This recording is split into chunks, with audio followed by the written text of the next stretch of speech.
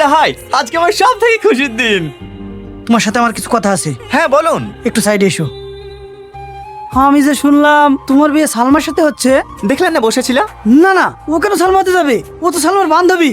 না না কাকা, আপনার কথা ভুল হচ্ছে, ওই সালমা। দেখো টনি, যে মেয়েটা আজ 10-12 বছর ধরে শুধু তোমার খোঁজ নিতে আসতো, আর সেই মেয়েটাকে আমি চিনবো না? এই তো তোমার বাড়ি আসার কিছুদিন আগে তোমার খোঁজ নিতে এসেছিল, তুমি আসবে না জেনে কাঁদতে কাঁদতে এখান থেকে চলে গেল। তাহলে সালমা এখন কোথায়? সাথী, তোমাকে আবার ডাকছে। হ্যাঁ হ্যাঁ যাচ্ছি।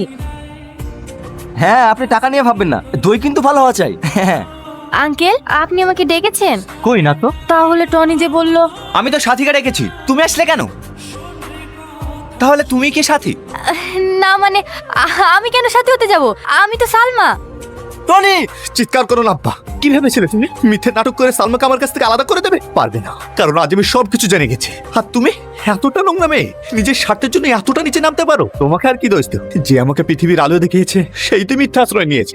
হ্যাঁ, আমি মিথ্যা আশ্রয় নিয়েছি, সেটা শুধু তোর ভালোর জন্য। কারণ আমি চাই না একটা চোরের মেয়ে এই বাড়ি বউ হয়ে আসুক। চোর চোর চোর, সারা জীবন ধরে একটা কথাই শুনে আসছি, শুধুমাত্র মেয়েকে বাঁচানোর জন্য যদি ডাক্তারের কাছে থেকে ওষুধ চিনি নিয়ে আসে তাকে যদি চোর বলা হয়, তাহলে যারা ভালো মানুষের মুখোশ পরে নিজের সন্তানের সাথে বেইমানি করে তাহলে তাদের কি বলা হতে পারে?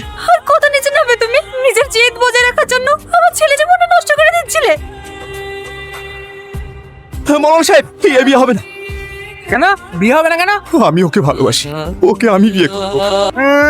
উড়ে এসে জুড়ে বসলো। আপনি কে? হ্যাঁ, আব্বা তুমি?